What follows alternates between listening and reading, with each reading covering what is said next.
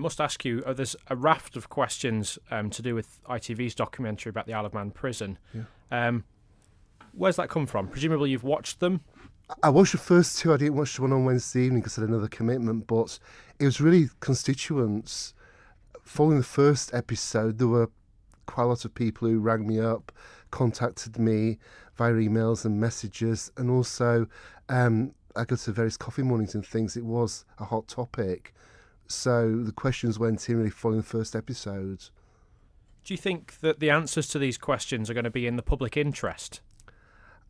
I think it's an interesting one in that as a Tynwald member, I didn't actually get a real awareness of this was happening until the week before it's broadcast. There were various adverts and things on Facebook, but in terms of being told this is what we're doing, these are the advantages of this and all the pros of it, there was no real message at my desk. There's been discussion online about these questions. Yeah. Some people seem to take the view that they are slightly trivial. What would you say in response? I think in terms of the programme, it's doing two things. It's got the clips of the Isle of Man, which are all good and well, but it's also looking at the way in which the prison system works.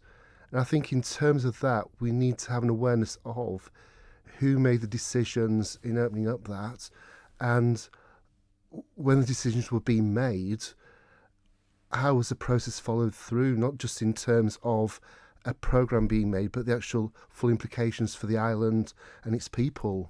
Do you feel it is a documentary, or is it reality television?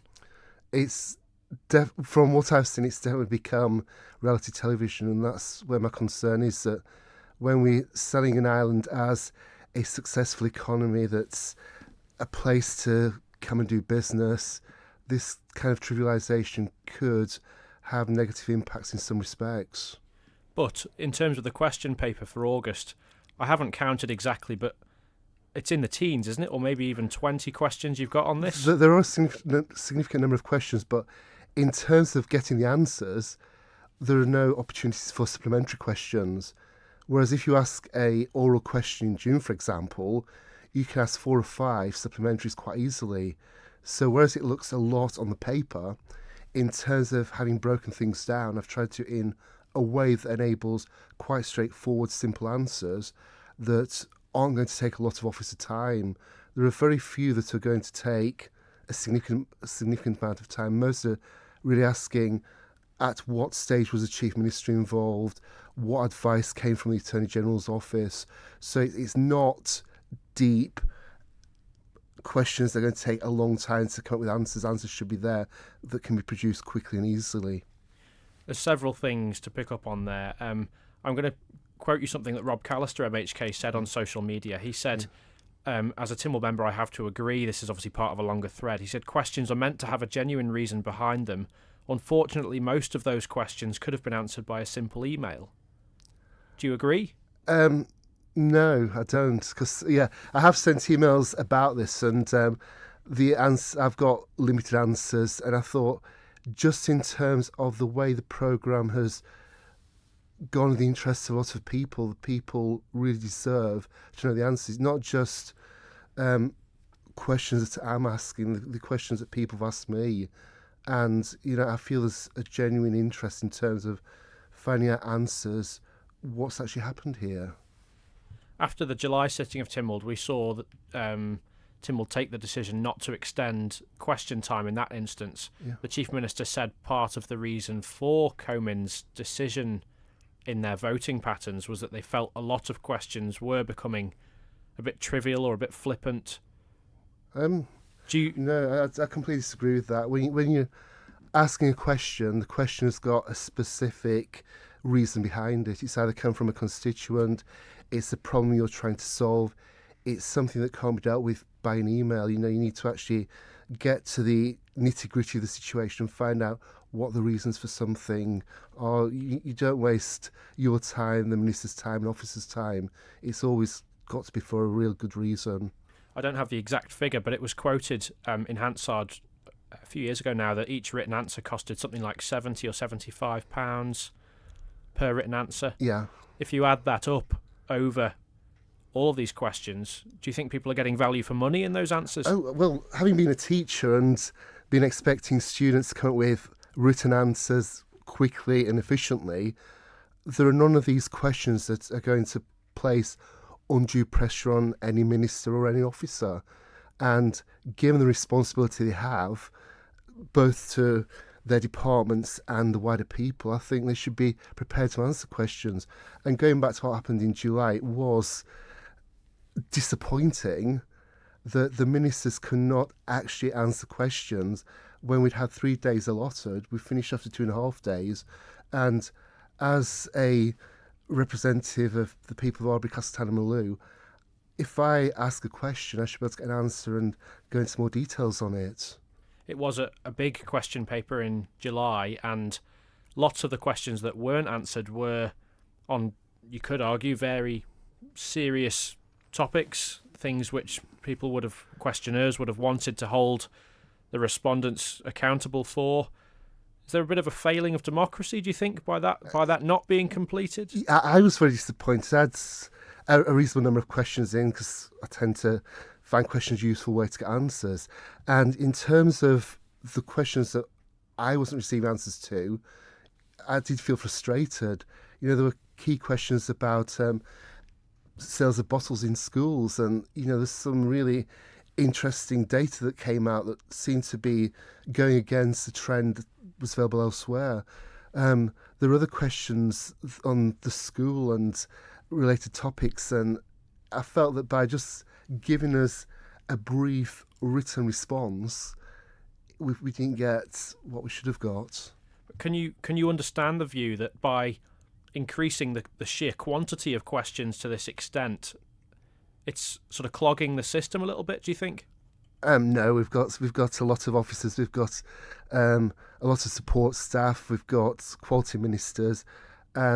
It's part of the role today that we're in an information society. People want information that's accurate, up to date, and relevant. One of the questions, just finally, I'm going to pick on one in particular, which is basically asking about the likelihood of the remaining episodes of the series not to be aired. Is that what you would like to see? Oh, no, not at all. The reason I asked the question was specifically down to there's a big question mark over who's seen the final cut, and that's one of the questions. And in terms of if we are responding to material that's going out on television screens across the country and to the wider world, then we should have in that documentation some veto that allows us to say this programme doesn't need to be reshown again, or future episodes shouldn't be reshown. And it is going back to the Attorney General question, what advice was given and what position are we in? And I'd be surprised if there is an answer to that question. Isn't that censorship, though?